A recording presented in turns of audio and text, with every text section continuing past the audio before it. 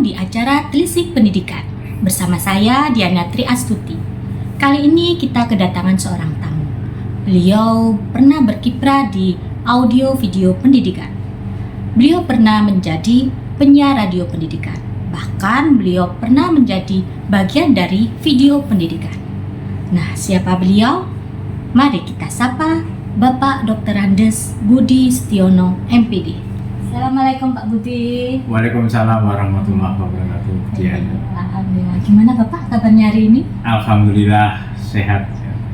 Ya, alhamdulillah ya. Saya terima kasih banget loh Bapak Budi sudah bisa hadir di podcast kali ini. Oke, terima kasih juga saya telah diundang begitu ya. Mudah-mudahan mewarnai podcast panjenengan. Oke, amin amin. Saya dengar Pak Budi itu pernah ya aktif di bidang audio video pendidikan ya Pak Budi. Ya, kalau ditanya aktif ya lumayan juga karena kami pernah di radio pendidikan juga pernah suara dering edukasi frekuensinya 107.3 itu di kawasan Kebangbu Surabaya gitu ya. Yang berikutnya aktif juga di media visual pembuatan video pendidikan pernah juga ya. Jadi ya hanya tahu sedikit bisa ini yang bisa mewarnai hidup saya di dalam pengembangan media audio dan video. Kebang Putih Pak ya itu mana ya itu Pak ya, bisa diceritakan awal mula Bapak terjun ke dunia audio video pendidikan ya? Iya, Kebang Putihnya itu kantornya BPPNRI, Balai Pengembangan Pendidikan Non Formal Informal, tepatnya di Jalan Kebang Putih nomor 10 Surabaya. Itu wilayahnya Keputih, Sukolilo. Ya. Oke, kalau mau ditanya asal muasalnya itu sebenarnya begini. Saya pengen ada di hati saya itu pengen mengembangkan radio di instansi begitu ya, boleh dibilang di instansi begitu. Kebetulan tentunya kami di BPPNRI itu kan banyak berhubungan dengan orang-orang yang butuh belajar begitu. Dan kemasan butuh belajar itu kan kita tidak harus datang baik orang atau juga harus mengumpulkan orang, enggak, tapi dengan media radio mungkin itulah bisa menjadi bisa mendengarkan mereka tanpa kita harus langsung datang langsung ke orangnya face to face. Betul. Jadi begini, suatu hari itu saya beli alat pemancar begitu yang kecil-kecilan begitu, terus kita coba di setting begitu di kantor begitu sama teman-teman. Saya masih ingat dengan Pak Guritno dengan Pak Aris Masadi itu yang membantu saya waktu itu. Akhirnya kita coba on air betul. Kok bisa didengar begitu dan bagus suaranya. Akhirnya saya ketemu pimpinan balai waktu itu Pak Harun. Saya sampaikan ke Pak Harun, kantor kita punya radio begitu ya. Beliau, radio apa Mas Budi? Ya radio siaran Pak. Terus beliau masa begitu. Tanggapannya kayak kurang percaya. Iya, kurang percaya begitu ya. Akhirnya beliau cepat mendengar juga siaran kami. Tapi waktu itu kan siarannya hanya mendengarkan lagu-lagu aja kan. Kita belum berisi. Suatu saat saya mendatangi Bu Triana selaku kasih informasi. Saya sampaikan bahwa kita punya radio, tapi radionya kecil. Akhirnya beliau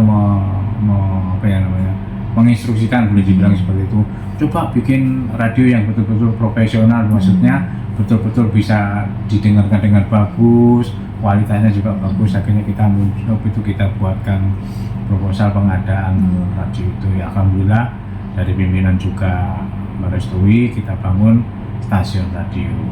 Nah, dalam perjalanannya ya alhamdulillah juga radio itu bisa bermanfaat karena untuk mengemban misi pendidikan kami mencoba teman-teman waktu itu pamong belajar itu ada yang punya keahlian pengetahuan banyak kaitan dengan satu program begitu, kami datangkan ke radio, kita wawancarai gitu loh.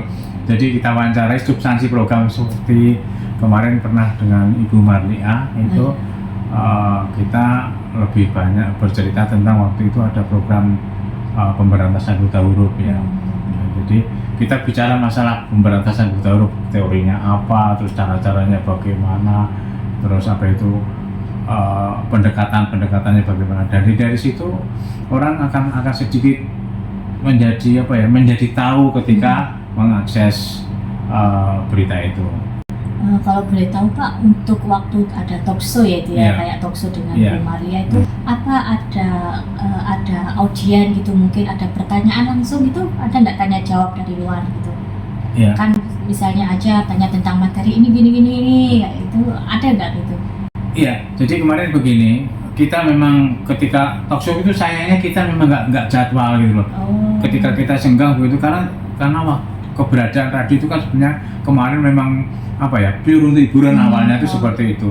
Jadi ketika kita kayak kok gini terus ya, siarannya kok gini terus, akhirnya kita datang, Bu, ada kegiatan enggak ada, ayo kita ke radio. Dia juga kaget gitu, Bu, ngapain di radio? Panjenengan nanti sebagai narasumbernya, karena panjenengan sebagai instruktur kaitannya dengan tutor pemberantasan buta aksara buta huruf itu, coba kita bisa kemas pelatihan kecil begitu ya, kayaknya seperti itu. Akhirnya ya oke, siap ya, kita wawancari betul. Jadi untuk audien masalah dia nanti mendengar atau tidak, kami belum sampai di situ. Yang jelas kami sudah menyampaikan pesan-pesan belajar itu. Ya alhamdulillah kayaknya begitu, ada umpan-umpannya itu. Karena kita juga sampaikan nomor telepon kami ada di sini begitu ya. Nanti silakan kalau memang pengen informasi ini bisa didalami lebih lanjut, silakan hubungi di sini begitu. Ya alhamdulillah kemarin juga ada feedback dari audien. Responnya ya dari. Iya betul. Yang baliknya dari teman-teman. Gitu. Nah, untuk video pendidikan itu gimana Pak Budi? Bisa terlibat untuk proses pembuatan video pendidikannya itu? Monggo diceritakan. Iya. Ya, ini juga pengalaman lucu ya sebenarnya, bukan ya lucu tapi ya kebetulan, tapi akhirnya membawa berkah. Ya suatu waktu itu saya tuh jalan itu di depan, kembali lagi di depan gedungnya seksi informasi, dan kebetulan Bu Triana juga gitu loh. Akhirnya saya dipanggil, ditanyain, sampean iso gunakne kamera video begitu ya. Ya saya bilang aja jujur saya nggak bisa, tapi saya pengen bisa gitu ya. Akhirnya terus bener tak pengen iso, tapi serius loh ya. Ya serius Mbak, saya manggil beliau dengan Mbak begitu, karena ya setara usianya dengan saya. Serius Mbak, akhirnya terus ya wes gitu. Terus akhirnya suatu saat akhirnya muncul surat tugas gitu loh. Surat tugas saya harus ke Jogja waktu itu di studio audio visual di Kaliurang KM 7,5 nggak salah, di Sidoarjo. Akhirnya saya dikhususkan itu short course begitu ya. Ya lumayan juga 1 bulan waktu itu. Bapak berangkat sendiri itu untuk mewakili rombongan itu. Kita ada sebenarnya Pak Jarno juga ikut. Gitu.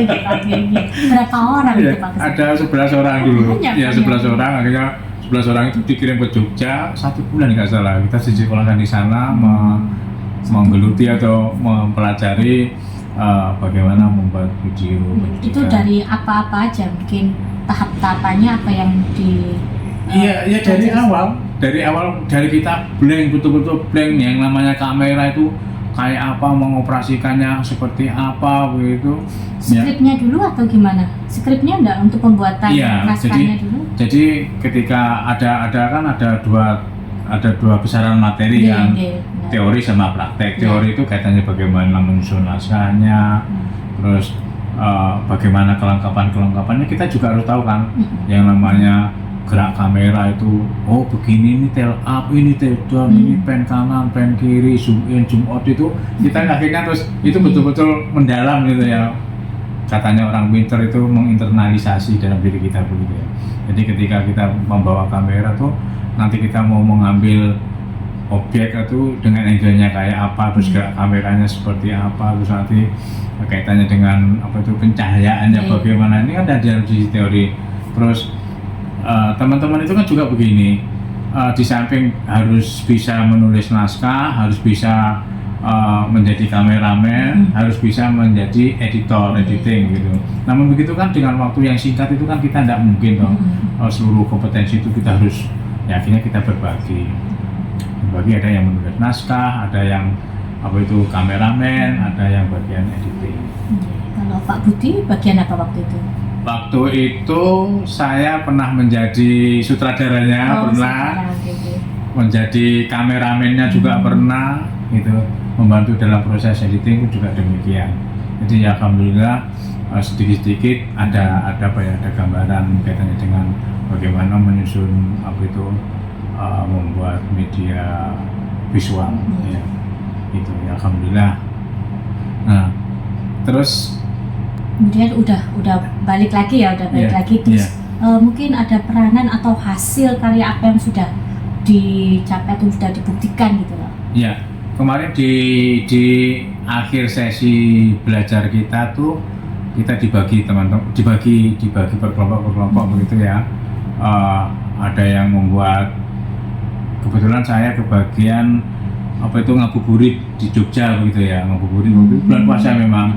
Akhirnya kita ambil angle di pasar kaget itu yang bukanya jam 4 sore, tutupnya jam setengah 6, itu hanya menyediakan makanan untuk buka puasa.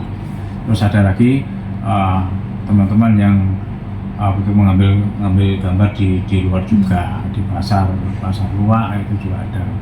Ya alhamdulillah dari hasil belajar kita yang di Jogja dulu, kita ikutkan lomba video pendidikan ya, juara 1 nasional.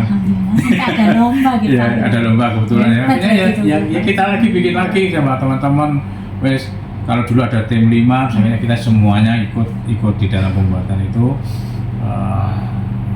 Ya alhamdulillah juga hasilnya juara 1 nasional ini. Bisa membanggakan lembaga ini. Membanggakan lembaga ya itu. Ini yang cerita yang asik bagi kita. Ada hal yang menarik apa yang Pak Budi bisa tangkap dalam pembuatan video itu, Pak? Iya, jadi begini, pengalaman lucu itu begini. Ketika saya mengambil gambar di stasiun Tugu, kebetulan saya waktu itu jadi sutradaranya, dan teman kami sebagai kameramennya Pak Aris Masadi begitu, saya sampaikan kepada beliaunya, nanti kereta api masuk bisa diambil. Jadi ketika masih jauh kira-kira ya sekitar 50 meteran itu kamera sudah rolling. Ya begitu. Oke, siap begitu. Benar. Nah, ada siaran kereta api mau ke Bandung lewat begitu ya, mau lewat. Oke, siap kita ya. Sambil hitungan 1, 2, 3 kamera rolling, action begitu. Nah, ketika kereta api itu datang mendekat kita itu suasana menjadi gelap. Jadi kita kok gelap loh. Wah, akhirnya terus kita nggak mungkin akan ulang take tadi nggak mungkin karena mungkin balik lagi. Iya, kereta api kan nggak mungkin dikembalikan lagi dong. Nah, akhirnya kita siasati, kebetulan di sampingnya itu ada gerbong kosong begitu ya teman-teman, yang beberapa orang itu kita coba turun dari gerbong dan kita ambil kakinya saja, kita shoot kakinya saja. Tapi itu ternyata juga masih beda. Nah, pelajaran yang kita bisa peroleh, yang bisa kita menjadi referensi kita. Nah, perlunya survei lokasi ternyata seperti itu. Jadi sebelum syuting itu kita harus survei lokasi juga, karena kita bisa menyiasati ketika nanti situasi semacam itu.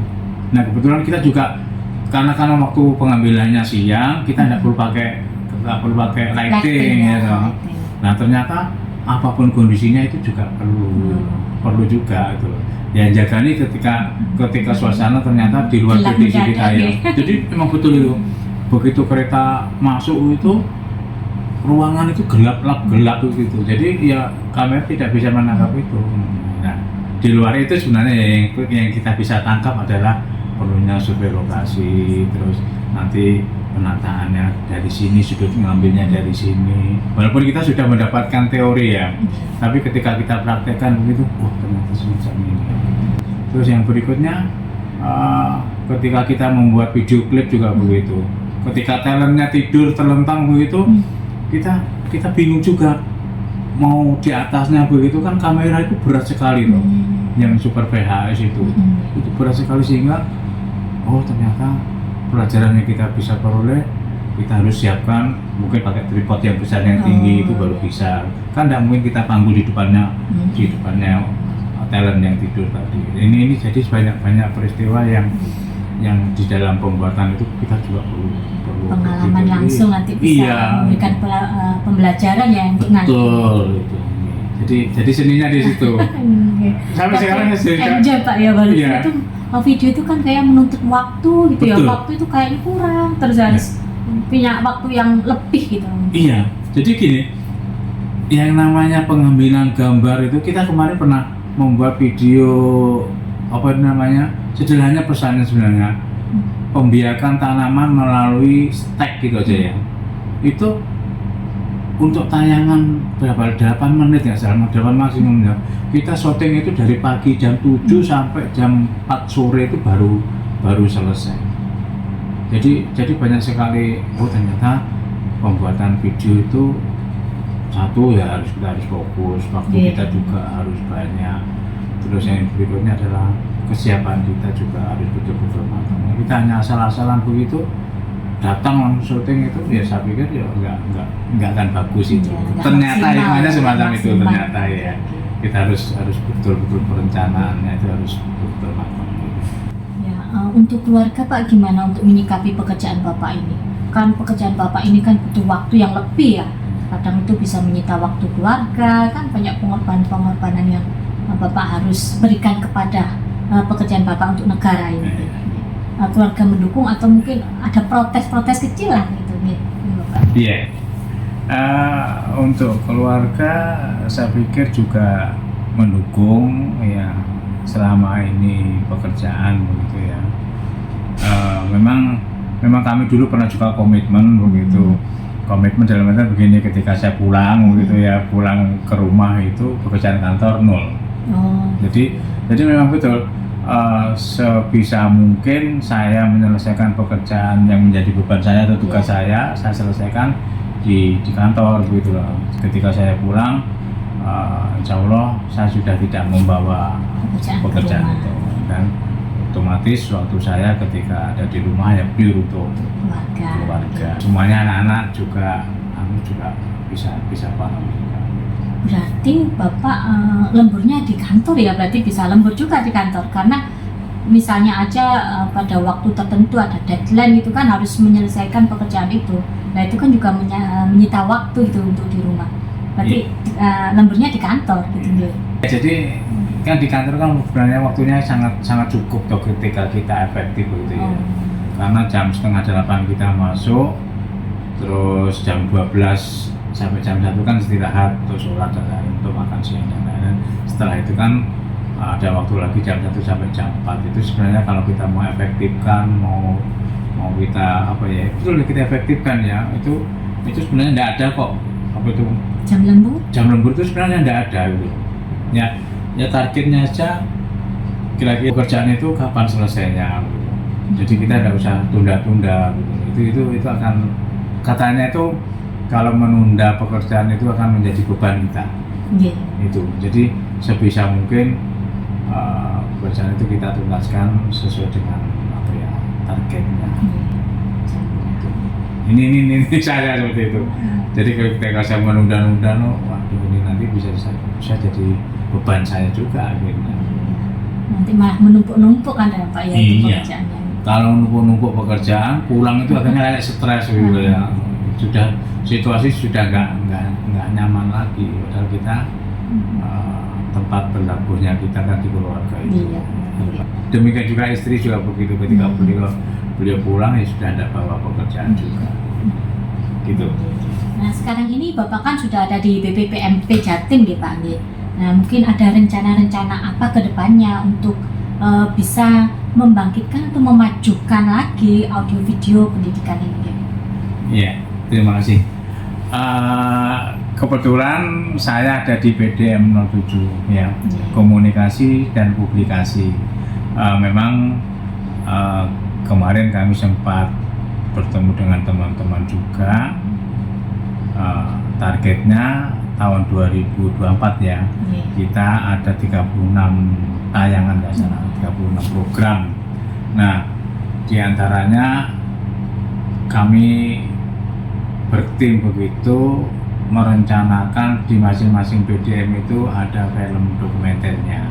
Oh, ini 36 itu bentuk video pendidikan ya Pak B? Jadi 36 itu bentuk media semuanya yang harus media, kita. ya. Tapi dari diskusi kemarin, saya pikir 36 media audio visual itu kan terlalu banyak tuh untuk 1 tahun itu ya. Karena yang jelas tenaganya juga sangat terbatas, alatnya juga sangat terbatas begitu. Jadi akhirnya kita sepakati di masing-masing PDM itu nanti kita coba buatkan media video ya. Video itu entah itu nanti bentuknya apa itu kaitannya dengan dokumenter atau juga apa itu catatan-catatan yang lain gitu ya. Yang jelas ini yang kita akan rencanakan. Yang berikutnya media audionya diaktifkan lagi gitu. Ya, diaktifkan lagi begitu. Ada Instagramnya kita juga mulai aktif, kita total lagi. Webnya juga begitu. Terus podcast ini kita juga masih menjadi bahan diskusi kita. Podcastnya nanti hanya audio saja atau audio visual.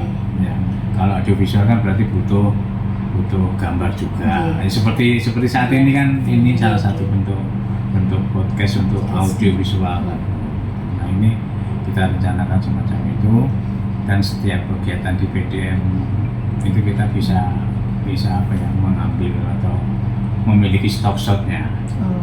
Jadi kumpulan shootingan itu kan menjadi stock shot kami, dan nanti ketika kita punya event besar begitu tinggal kita ngambil dari stock shot itu.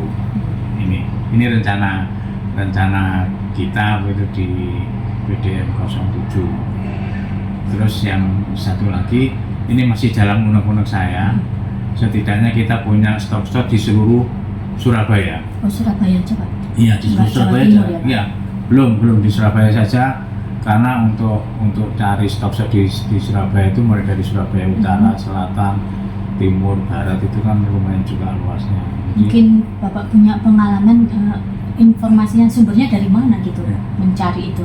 Ya kita datang ke setiap event atau di setiap lokasi. Misalnya kita jalan ke mana itu Tugu Pahlawan gitu ya, kita ambil Tugu Pahlawan, stock shot Tugu Pahlawan begitu.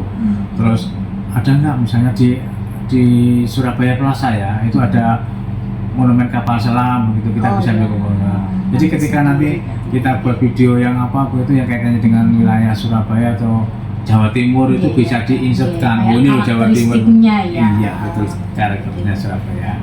Jalan Ayani atau juga apa itu ya lokasi-lokasi yang bisa menjadi pengayaan kita dalam membuat tayangan itu. Ya, kiat-kiat apa yang bisa disampaikan Pak Budi?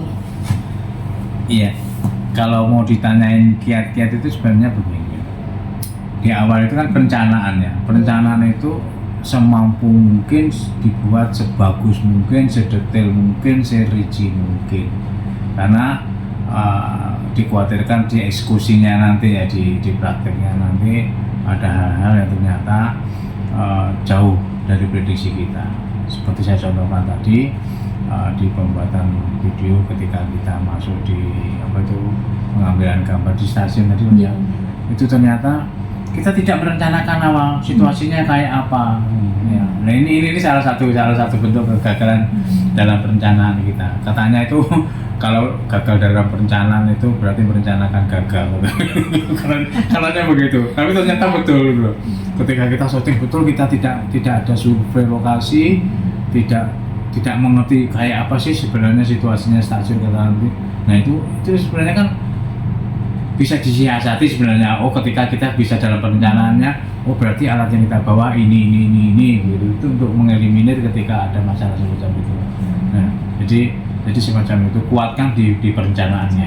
Ya, baru nanti itu pun juga tidak serta-merta selesai di perencanaan saja, tapi ketika kita diskusikan sama teman-teman seperti ini tahapan-tahapannya itu bisa menjadi setidaknya ketika gagal itu bisa sedikit dieliminir. Terus yang berikut jangan menunda-nunda. Ini jangan menunda-nunda. Memang kalau sudah menjadi template waktunya itu, ya segera itu bisa diselesaikan. Karena saya katakan ketika kita menunda itu sama halnya kita menambah beban. Itu kita menunda pekerjaan itu kita menambah beban pekerjaan. Ya kalau waktu berikutnya kita tidak ada kegiatan apa-apa nggak masalah, tapi ketika ini belum selesai terus ada lagi tugas-tugas yang lain sehingga itu sulit kita bisa Jadi merasa terbeban. iya, yang jadi beban pekerjaan itu bukan kita enjoyin ya, tapi akhirnya kita bisa jadi menikmati hidup akhirnya kita. iya. Jadi stres kita. Ini kiatnya kalau saya nggak usah ditunda-tunda lah, segera dieksekusi, bisa dilakukan. Insya Allah hasilnya ketika kita rencanakan dengan baik, hasilnya juga akan baik. Insya Allah.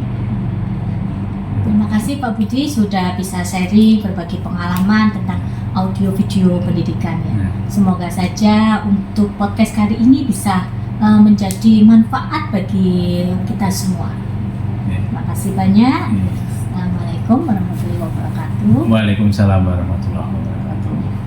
Ya, terima kasih pemirsa. Semoga saja semuanya ini bisa bermanfaat dan kita bisa ketemu lagi di podcast selanjutnya. Bye bye.